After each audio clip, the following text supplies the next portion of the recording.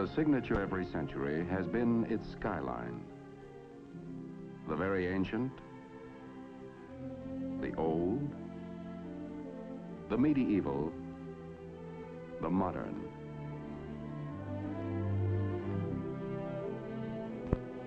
Imprints of man's never-ending path of progress, silhouetted against the ageless canvas of the sky.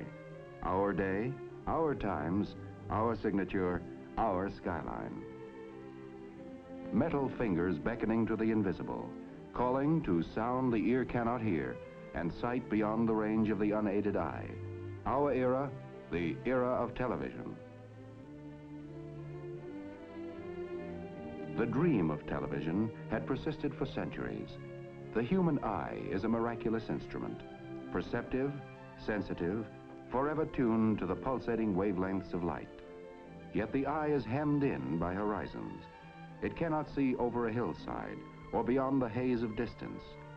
To extend the range of human eyesight, man developed marvelously sensitive instruments, binoculars.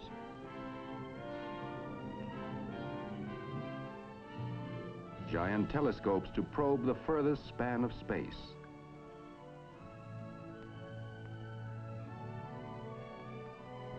But always there were barriers, distance. Could man fling pictures to the sky and gather them in at a distant point? It was a provoking challenge. And nowhere did the challenge provoke more unending experiment and research than at RCA. As far back as the 1920s, two men took up this challenge. They shared the irresistible dream of television. David Sarnoff, chairman of the board of RCA. Dr. Vladimir Zworykin, honorary vice president and technical consultant of RCA. Dr. Zworykin, every now and then I like to put the calendar back and remember another important occasion when you came to my office. You were a good salesman, and I was a good dreamer. We talked about broadcasting moving images by electronics.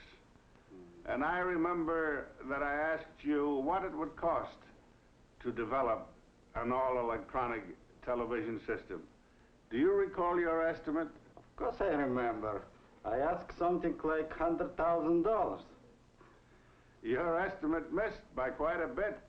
It cost RCA more than $50 million to create, develop, and introduce America's first all-electronic television system. And since that time, as you know, RCA has spent another $70 million to pioneer and develop the compatible color television system. But how well that money was spent. We succeeded in extending human sight far beyond the horizon. Yes. This is wonderful thing about television. The extension of our sight. You are better acquainted with this progress, General, than anyone because of your participation and leadership in so many phases of television development. It was nearly 30 years ago when I came to your office with that tube, the first eye of television. Yes, I well remember it. Nearly 30 years ago. And what a great invention this tube has become. It certainly has fulfilled its destiny. Well, General, this is the grandfather of the pickup tube. Do you want to see the newest grandchild? Well, I'm all for grandchildren. Let's have a look at it. Well, here it is. Well, this certainly looks very interesting. What do you expect this grandchild to do? Well, that's what we call miniature Vidicon. And I hope eventually it will replace all the existing pickup tubes for all the purposes.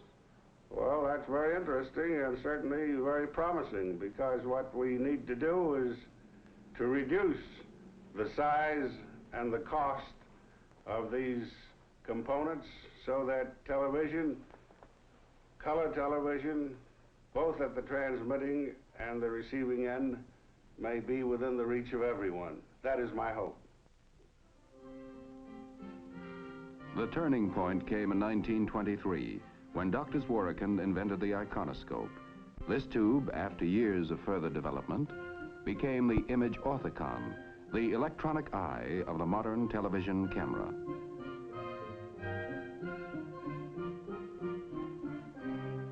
In 1929, Dr. Zworykin and his associates announced the first successful electronic kinescope, forerunner of today's television picture tube.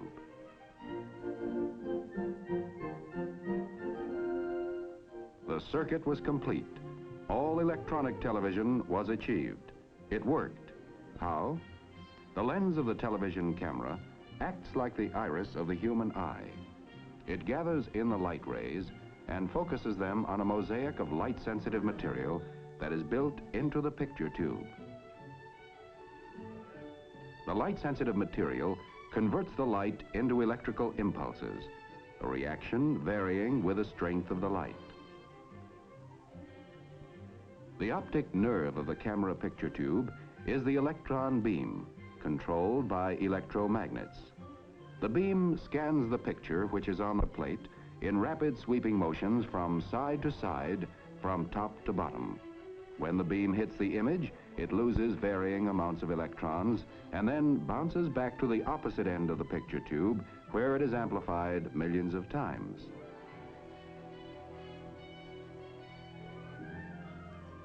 It is led off to the transmitter in the form of electric current.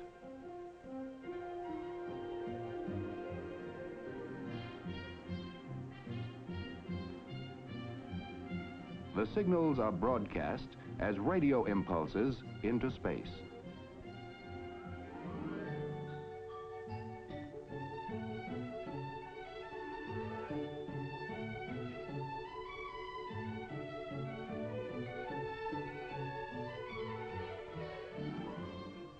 Heart of the receiving set is the kinescope.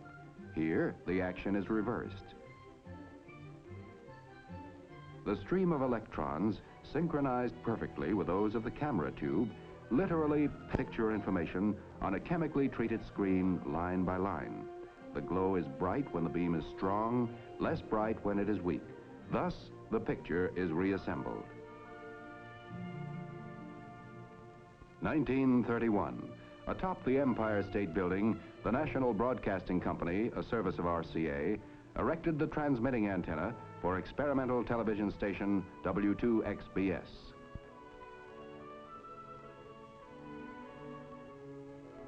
Now, RCA's technicians and scientists tackled the next goal, improvement of picture quality. Hitherto, using a mechanical process, the best that could be transmitted was a crude signal of 60 scanning lines. RCA turned to the new science of electronics, discarded the mechanical spinning disc, and soon doubled, tripled, then tripled again the scanning lines. Now television was really on its way. In 1937, television strode out of the studio with mobile vans developed by RCA and NBC, versatile, self-sustaining. New eyes, new vision for the world. A man could sit at home, yet his eyes could scan the countryside. A bright new era dawning, a new dimension in communications. Distance reduced to microwaves. Walls, barriers, mountains erased. Television, the ultimate triumph in man's search for sight beyond the range of the human eye. 1939. Television is ready to make its official public debut. The setting could hardly be more perfect. The New York World's Fair. Its theme, the world of tomorrow. And the world of tomorrow became the world of today. The RCA exhibit building, where on April 29, 1939, David Sarnoff stated, "We have added radio sight to sound." NBC cameras probed, explored, scrutinized. Viewers watching the 3,000 television sets then in New York saw the first president ever televised, Franklin D. Roosevelt, officially opening the world of tomorrow.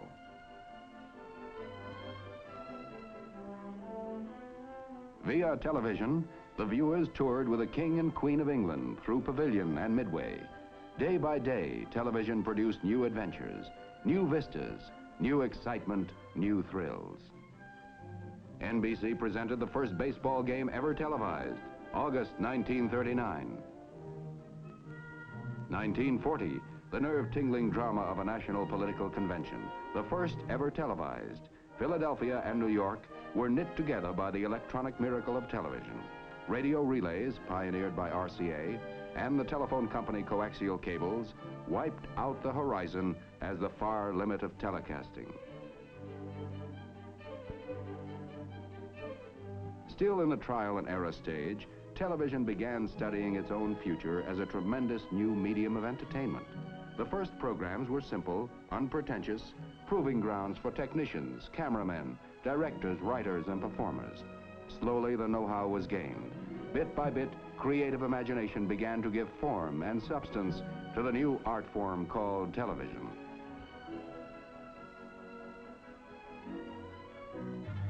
(1941), a fateful year, war, and the beginning of a 4-year blackout for commercial TV. And television enlisted for the duration.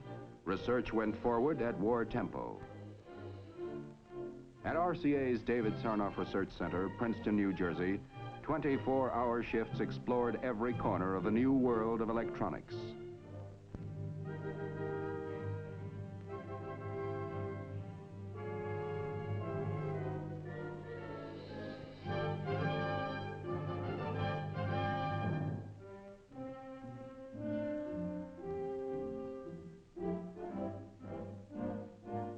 RCA electronic scientists and engineers made important contributions to the development of radar,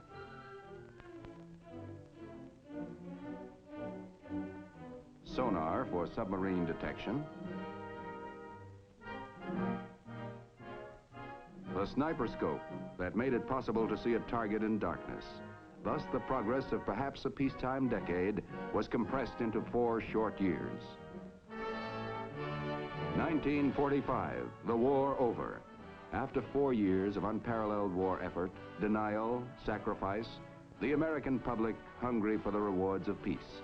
And television, with its promise of endless hours of enjoyment, entertainment, was part of the peacetime dream.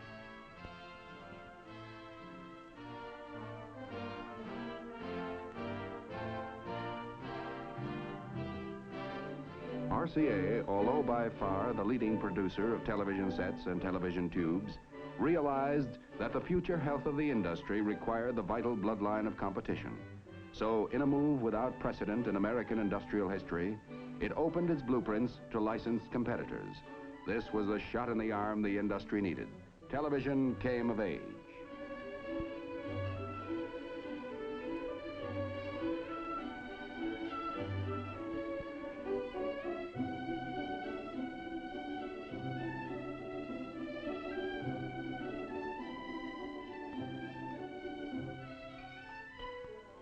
In the NBC studios, the cameramen, lighting experts, set designers, writers, directors were experiencing, studying, learning the new techniques of a great new medium.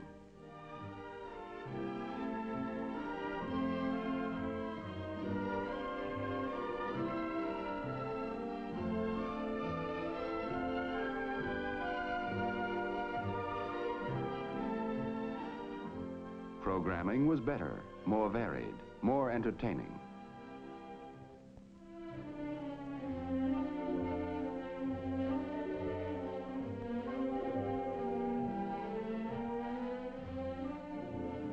(1949), an historic television first, a presidential inauguration.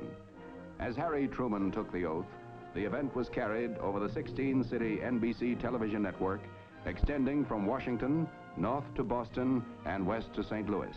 Television was moving with giant strides, and in less than half a dozen years, a flip of a switch in master control could send the television image coast to coast.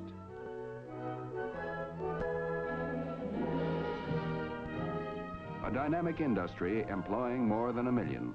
Television, an unparalleled blending of science and art, invention and engineering, private incentive and public service.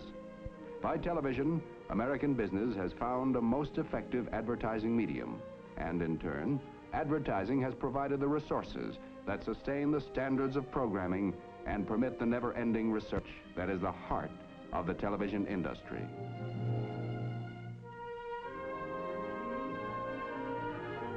Television servicing alone has become a major industry, employing nearly 100,000 people.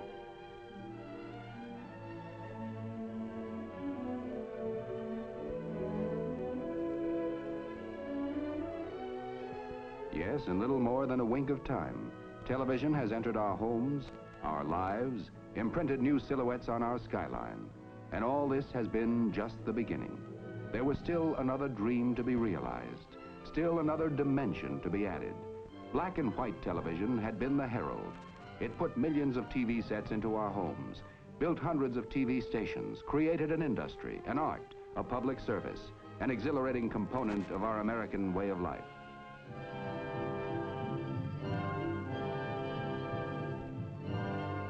It provided the foundation for the next giant step forward. Color. This is a world of color, and the men of television long dreamed of capturing the full paint pot of nature and brushing it on the screen. How could it be done? It was not an easy triumph, as General Sarnoff recalls. When we first began to think of television in the early 20s, we would have been content if only The Rose could have been televised in black and white. That miracle had no sooner been achieved when the eye, sensitive to color, observed that The Rose in monochrome lacked its true beauty, and the cry went up for color. Never had scientists been put under such pressure and demand. It has been my privilege and a fascinating experience to watch the scientists at work on color television. I marvel at their accomplishment in bringing into focus the principles of radio, optics, electronics, photography, chemistry, and many other essentials so that they might all work together to make color television practical. I congratulate the RCA scientists, researchmen, and engineers who pioneered and developed this new science and art, and then created the compatible color television system and the famed color picture tube. Color. Color, the touchstone of reality, the vivid, pulsating miracle that gives substance to shadows. Beauty, grace, and enchantment to a picture. Problem: how to harness a stream of electrons for color. Early, General Sarnoff had set forth the fundamental goals for color television. First, it must be all electronic. Second, it must be completely compatible. These were the goals. The road was long, difficult, but it led to one of the historic inventions of our times, the RCA tricolor television tube, the tube with the heart of a rainbow. The lens of the color television camera collects light rays in full color from the scene being televised. Within the camera, an ingenious system of mirrors breaks down the light rays into television's three primary colors: blue, green, and red. They are focused through the lens system to the special camera tubes provided for each primary color, and the primary color signals thus produced are simultaneously processed for transmission. By the miracle of compatibility, color programs can be seen on standard black and white sets without any change or adjustment.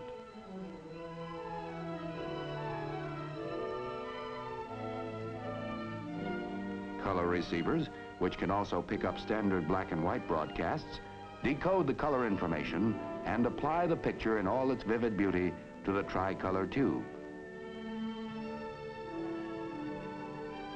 The world of color. Color captivates attention and brings the beauty of creation close to home.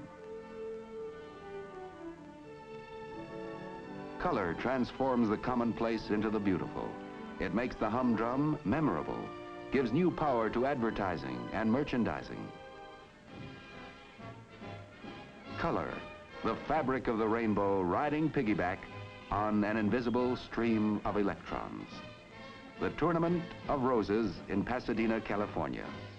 Telecast in color by 21 stations of the NBC network in the first west to east transmission in color on New Year's Day, 1954.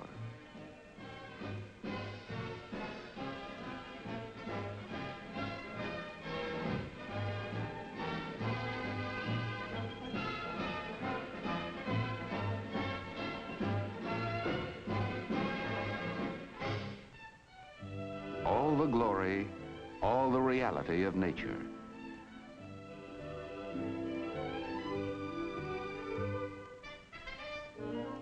With the added dimension of color, television programming probed new horizons. Once again, technicians and artists accepted the challenge.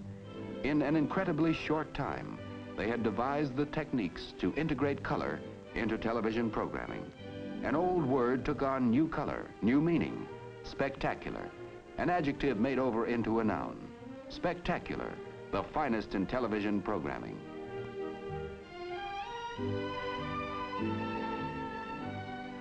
Into the home came the greatest in drama, such as The Four Poster, starring Hume Cronyn and Jessica Tandy.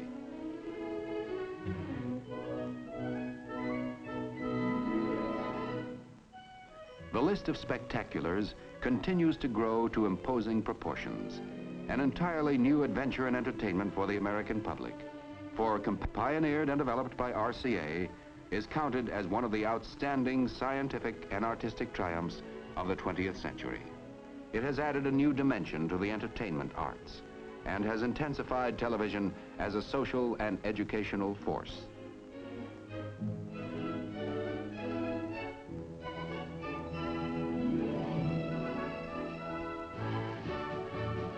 Mobile units in a coat of many colors transmit outdoor color telecasts, adding new sparkle and new buoyancy to television coverage of great sporting events. The first World Series ever color televised, 1955.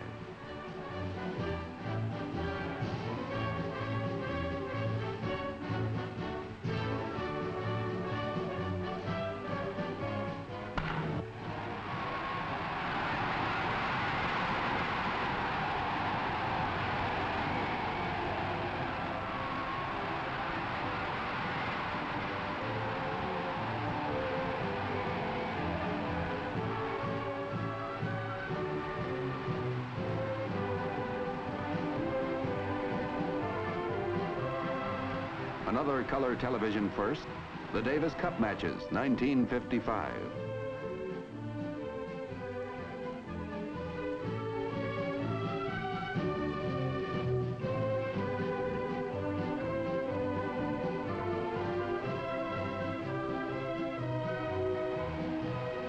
Football, the youngest art form, the easiest understood, the liveliest, the brightest. Television full and captivating color.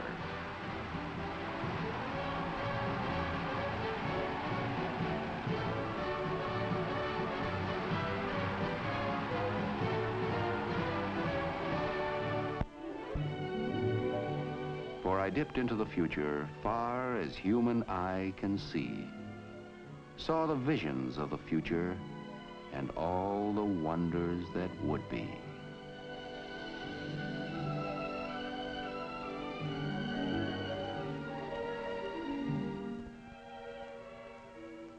One day through television, the entire world will stream into our living rooms with the velocity of light.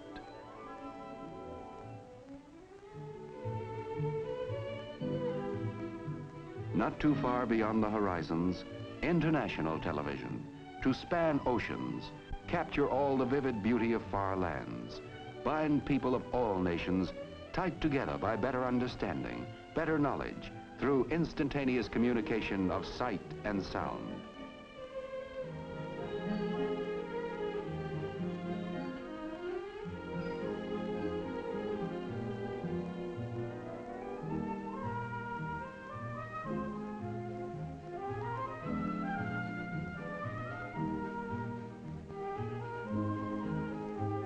Motion, color, vibrancy, people.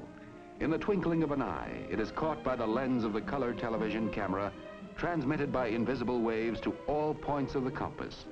Atop a million homes, antennas pluck the pictures from the sky, and a flick of a switch or the turn of a dial, the scene reappears on the television screen. To perform this split-second magic with true fidelity of color, of sound, of reality, this is the wonder of color television. Compatible color television, an historic example of RCA's continuing efforts to open new horizons of electronics for living. Electronic, easier and safer.